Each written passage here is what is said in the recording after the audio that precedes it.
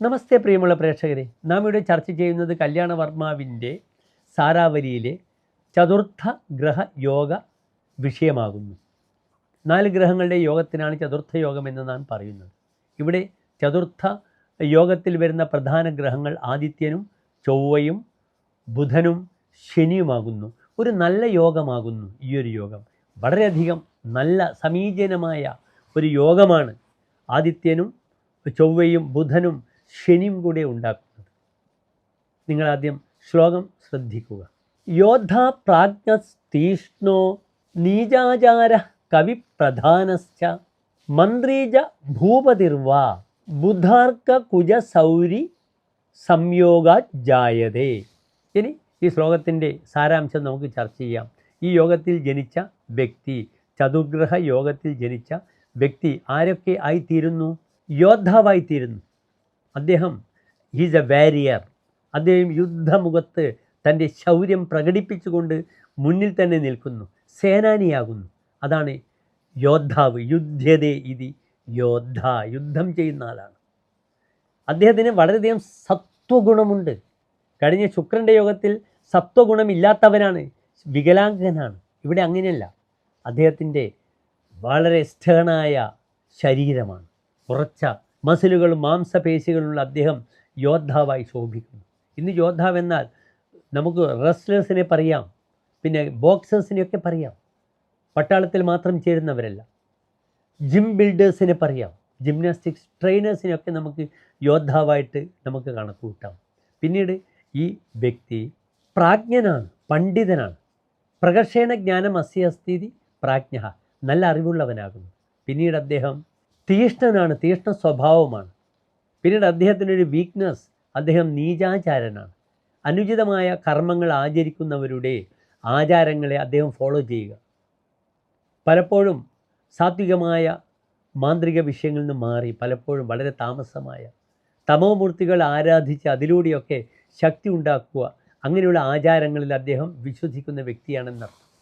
അങ്ങനെയുള്ള ആചാരങ്ങളിൽ അദ്ദേഹം മുഴുകുന്നു എന്നർത്ഥം. ഒരുപക്ഷെ താൽക്കാലിക ലാഭം ഉണ്ടാക്കാം. പലപ്പോഴും ഏത് മാന്ത്രികമായ കർമ്മം ചെയ്യുമ്പോൾ for every action there is an equal and opposite reaction. അങ്ങോട്ട് ചെയ്താൽ, ദുർമന്ത്രവാദം ചെയ്യുമ്പോൾ ഒരു സമയത്ത് നമ്മുടെ ശരീരം അല്ലെങ്കിൽ നമ്മുടെ സമയം മോശമാകുമ്പോൾ നമുക്ക് തിരിച്ചു കിട്ടും. അതറിയണം. പക്ഷെ നമുക്ക് അതിനെക്കാട്ടും എത്രയോ നല്ലതാണ് ഉഗ്ര നരസിംഹമൂർത്തി മന്ത്രമൊക്കെ.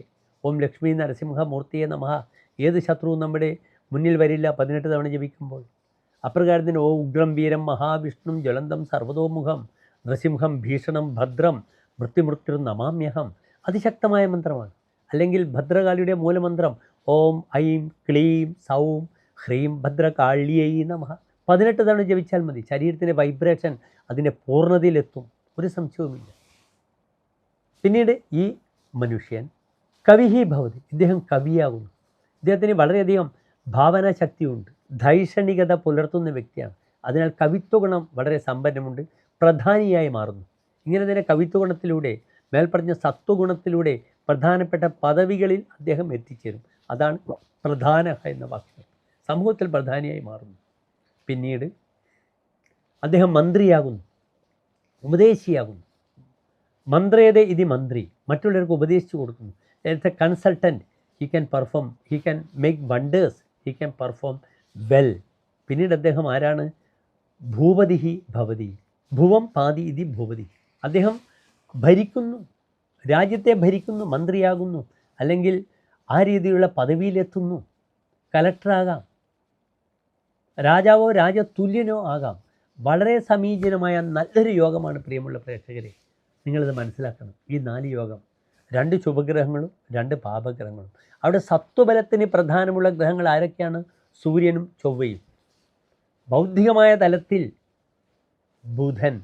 ശനിയാണെങ്കിൽ ഹാർഡ് വർക്ക്, കഠിനാധ്വാനത്തിലൂടെ നേടുക. അത് ശനി മാത്രമേ ഉള്ളൂ. പലപ്പോഴും ശനി വ്യാഴക്ഷേത്രത്തിലും ഉച്ചക്ഷേത്രമായ തുലാത്തിലും സ്വന്തം ക്ഷേത്രമായ മകരത്തിലും കുംഭത്തിൽ നിൽക്കുമ്പോൾ രാജയോഗം പ്രദാനം ചെയ്തിട്ടുണ്ട്. എൻ്റെ ജാതകത്തിൽ എൻ്റെ ശനി നിൽക്കുന്നത് ലഗ്നാൽ 5-ാം ഭാവത്തിലാണ്, ബുദ്ധിസ്ഥാനത്താണ് നിൽക്കുന്നത്. പലപ്പോഴും മുഷിഞ്ഞിരുന്ന് പഠിക്കുവാൻ എനിക്ക് ശനി പലപ്പോഴും സന്മനസ്സ് കാണിക്കാറുണ്ട്. പക്ഷേ എനിക്ക് ജാതകത്തിൽ ശനിയോടുകൂടെ ബുധനുമുണ്ട്. അത് പലപ്പോഴും എന്നെ നിഷേധിയാക്കി എൻ്റെ ലൈഫിൽ, ജീവിതത്തിൽ. മായാബഡുർ ലംഘക, ആരെയും അനുസരിക്കാത്തൊരു സ്വഭാവത്തിന് ഉടമസ്ഥനാണ് ഫ്രം ദ ചൈൽഡ്ഹുഡ്. എനിക്ക് ധാരാളം അടി കിട്ടിയിട്ടുണ്ട്. എൻ്റെ അച്ഛൻ്റെയും അമ്മയുടെയും ഹൈസ്കൂളിൽ തന്നെയാണ് എൻ്റെ വിദ്യാഭ്യാസം, 5 മുതൽ 10 വരെ. ഹൈസ്കൂളിൽ അവരായിരുന്നു. നല്ല അടി വാങ്ങിയൊരു മകനാണ് ഞാൻ. ഒരു പരിഗണനയും അമ്മയൊന്നും എനിക്ക് തന്നിരുന്നില്ല. എൻ്റെ ജ്യേഷ്ഠന് അടി കിട്ടിയിരുന്നില്ല. അതിനുശേഷം വന്ന എൻ്റെ സഹോദരനും സഹോദരിക്കും എന്നെപ്പോലെ അടി കിട്ടിയിട്ടില്ല. പക്ഷെ ഞാൻ വളരെ സ്മാർട്ടായിരുന്നു പഠിക്കാൻ. അപ്പം മായാബഡഹു ഞാൻ ഒരിക്കലും അനുസരിക്കാറില്ല. ഓരോ വിഷയങ്ങൾ വരുമ്പോഴും ഞാനെന്ന വിഷയത്തിൽ എപ്പോഴും എൻ്റെ ഒരു വ്യക്തിത്വം കാത്തു സൂക്ഷിക്കാൻ ശ്രമിച്ചു. അത് പലപ്പോഴും വലിയ ക്ലേശമൊക്കെ എൻ്റെ ലൈഫിൽ ഉണ്ടാക്കിയിട്ടുണ്ട്. ഈ അനുസരണക്കുറവ് മൂലം ഞാൻ വളരെയധികം പ്രയാസങ്ങൾ ഈ ജീവിതത്തിൽ അഭിമുഖീകരിച്ചിട്ടുണ്ട്. ഇപ്പോഴും എനിക്കറിയാം എൻ്റെ ജാതകം ഞാനങ്ങനെ ചെയ്യരുതെന്ന്. പക്ഷെ അറിയാതെ ആ ഒരു സ്വഭാവം വരും. അതുകൊണ്ടാണ് പഴയ കാലത്ത് എല്ലാവരും പറയാറുള്ളത്, ചൊട്ട മുതൽ ചുടല വരെ. ചെറുപ്പകാലത്തുളവായ ശീലം മറക്കുമോ മനുഷ്യനുള്ള കാലം, കരസ്കരത്തിൻ ഗുരു പാലിലിട്ടാൽ കാലാന്തരെ കയ്പ് ശമിപ്പതുണ്ടോ. കാഞ്ഞിരത്തിൻ്റെ കുരു പാലിലിട്ടാൽ ഒരു കാര്യവുമില്ല. കാഞ്ഞിരത്തിൻ്റെ ആ കയ്പ് സ്വഭാവം അത് പ്രകടിപ്പിക്കും. അപ്രകാരമാണ്. പക്ഷെ നമുക്ക് പലപ്പോഴും എനിക്ക് എൻ്റെ വികാരങ്ങൾ നിയന്ത്രിക്കാനും ഒരു പരിധിവരെ എനിക്ക് ദോഷമുള്ളത് കൊണ്ട് ഞാൻ പലപ്പോഴും ഗുരുവചനാതിക്രാമി ഗുരുക്കൾ മായാബഡുഹു, ഞാൻ പലപ്പോഴും ലംഘക, ഗുരുക്കന്മാർ പറഞ്ഞത് അനുസരിക്കാതിരിക്കുന്ന അവസ്ഥയിൽ നിന്നും വളരെയധികം മാറി. എൻ്റെ സ്വഭാവത്തെ വളരെയധികം ഞാൻ ഈ ജ്യോതിഷ പഠനത്തിലൂടെ, ഈ സ്വഭാവത്തിലൂടെ ദിഗ്രഹയോഗം മനസ്സിലാക്കി അങ്ങനെ ഞാൻ മാറിയിട്ടുണ്ട്. പക്ഷേ എനിക്ക് എപ്പോഴും ഹാർഡ് വർക്ക് ചെയ്യുവാനുള്ള സ്ഥിരബുദ്ധി, അതാണ് 5-ാം ഭാവത്തിൽ ശനി വന്ന് സ്ഥിരബുദ്ധി.